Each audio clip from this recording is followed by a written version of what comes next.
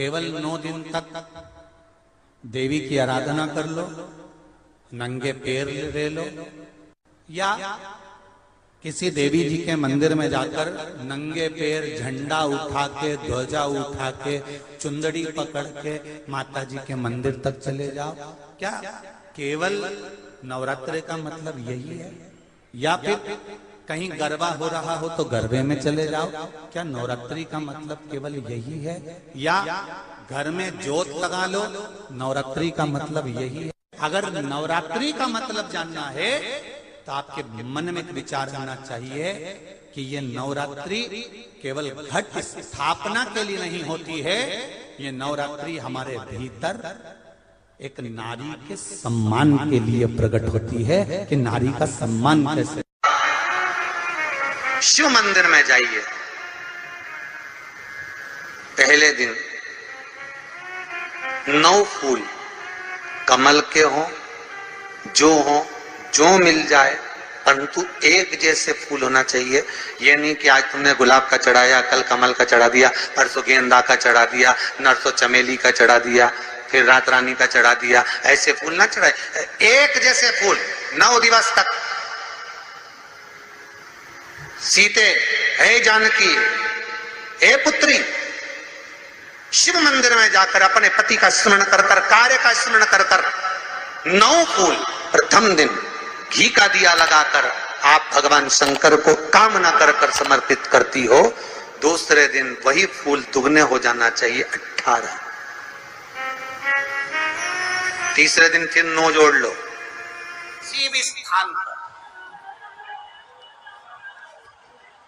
किसी भी स्थान पर, यदि हमारे घर में 2 शिवलिंग है, नहीं है, तो किसी अपने घर के गमले में, बगीचे में 2 पार्थिव लिंग का निर्माण करें।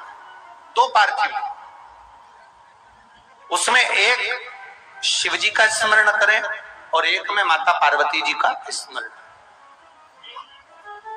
देवादिदेव महादेव के 2 स्वरूप, 2 लिंग प्रकट कर कर, एक पर 9 पुष्प लाल और एक पर श्वेत पुष्प 5 समर्पित करें। बाबा की आराधना करें, घी का दीप लगाएं, पूजन करें और बाद में उन शिवलिंग को, उन पुष्पों को विसर्जन करें। किसी भी नदी में, तालाब में, बावड़ी में, अगर वहां नहीं विसर्जन कर सकते हैं तो किसी वृक्ष के नीचे उनका विसर्जन कर। श्रृंगी ऋषि ने नवरात्रि का बड़ा वर्णन किया। नवरात्रि के लिए कहते हैं कि नवरात्रि के अंतर्गत 9 लाल फूल और 5 श्वेत पुष्प, ये दोनों। लोग कहते हैं कुत्रे में हम देवी की आराधना करें, पत्र में हम भगवान की आराधना करें, पर शिव महापुराण की कथा कर रही है, भगवान शंकर का चरित्र कथा है। अगर आपने देवी भागवत का स्मरण किया हो या भगवान शिव की एक पवित्र आनंदमय कथा स्कंद पुराण के काशी खंड में अगर सुनी हो या उसमें भी नहीं पढ़ पाए हो तो श्रृंगी ऋषि के चरित्र में आता है। श्रृंगी बाबा ने वर्णन किया है कि किसी भी स्थान पर, किसी भी स्थान पर यदि हमारे घर में 2 शिवलिंग है, नहीं है, तो किसी अपने घर के गमले में, बगीचे में 2 पार्थिव लिंग का निर्माण करें। 2 पार्थिव लिंग, उसमें एक शिव जी का स्मरण करें और एक में माता पार्वती जी का स्मरण।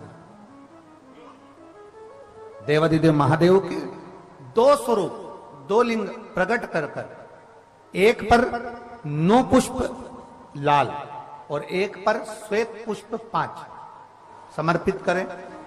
बाबा की आराधना करें, घी का दीप लगाएं, पूजन करें और बाद में उन शिवलिंग को, उन पुष्पों को विसर्जन करें।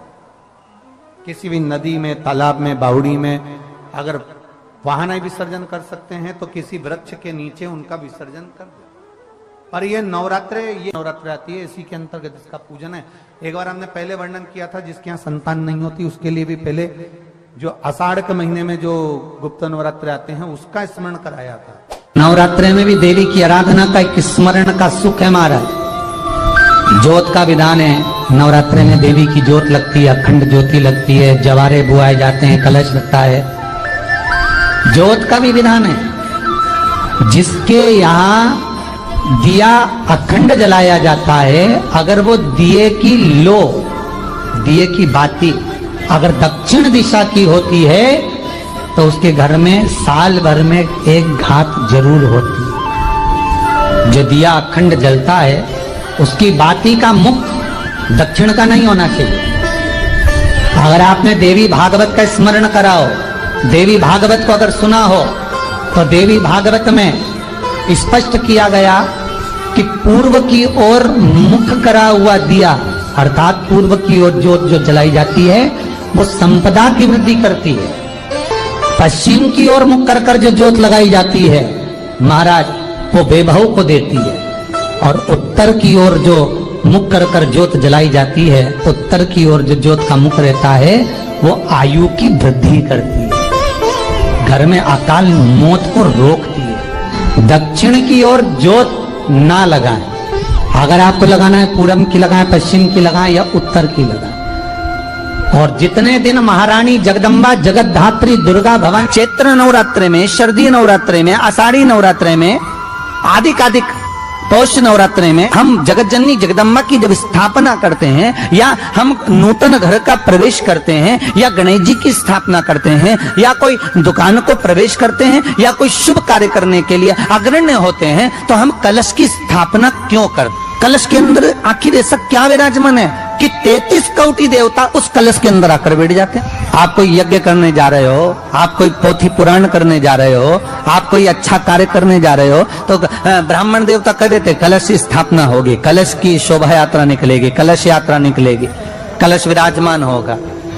उस कुंभ की उस घड़े की महत्वता कहां से प्रकट हो गई? शिव महापुराण की कथा कहती है महाराज, भगवान ओघड़दानी शंकर स्वयं आद्य शक्ति जगदम्बा से कहते हैं कि जगदम्बा तू क्या चाहती है बोल। तो जगत जननी जगदम्बा कहती है कि जहां मैं हूं वहां शंकर है, ये आपने कह दिया, पर जहां शंकर है वहां पार्वती का होना जरूरी है। उसके लिए सिद्ध करने के लिए एक स्थान ऐसा बनाया जाए जहां पर शंकर विराजमान है और शंकर के साथ पार्वती विराजमान है। तो शिव जी ने कहा पार्वती, उसके लिए मैं तुझे एक सुंदर कलश का निर्माण कर देता। अष्टमी के दिन कन्याओं का भोजन कराओ या नवमी के दिन कन्याओं का भोजन कराओ। पर देवी भागवत तो कहती है, देवी भागवत तो वर्णन करती है कि पहले नवरात्रि से लेकर नवमी तिथि तक जितने दिन देवी के होते हैं, प्रत्येक दिन में आप किसी भी दिन कन्याओं का भोजन करा सकते हो, पहली रात्रि से लेकर, पहला दिन से लेकर। पर 9वें दिन तो सवेरे पूजन करके, यज्ञ करके, अनुष्ठान करके देवी को विसर्जन कर दिया। फिर नवरात्रि पूर्ण कैसे हुई? नवरात्रि की पूर्णता होती है अमावस्या की रात से गिनी जाती है। कौन से दिन से गिनते हैं? अमावस्या की रात्रि, फिर एकम की रात्रि, फिर दूज की रात्रि, ऐसे गिनते गिनते अष्टमी की रात्रि तक और नवमी के दिन सुबह तक या दोपहर तक या शाम तक, जब तक आप यज्ञ ना करें तब तक ये 9 रात्रियां पूर्ण गिनी जाती है महाराज देवी भागवत के हिसाब से पूर्णता। अब हमने कन्या भोजन का जो क्रम बनाया, अष्टमी के दिन करा देंगे, नवमी के दिन करा देंगे, इस तिथि को करा देंगे, पर भाव देखिए, शास्त्र कहता है भूखे को भोजन जब कराइए जब उसको भूख लगी हो, और ऐसों को कराइए जिसको जरूरत पड़ रही है।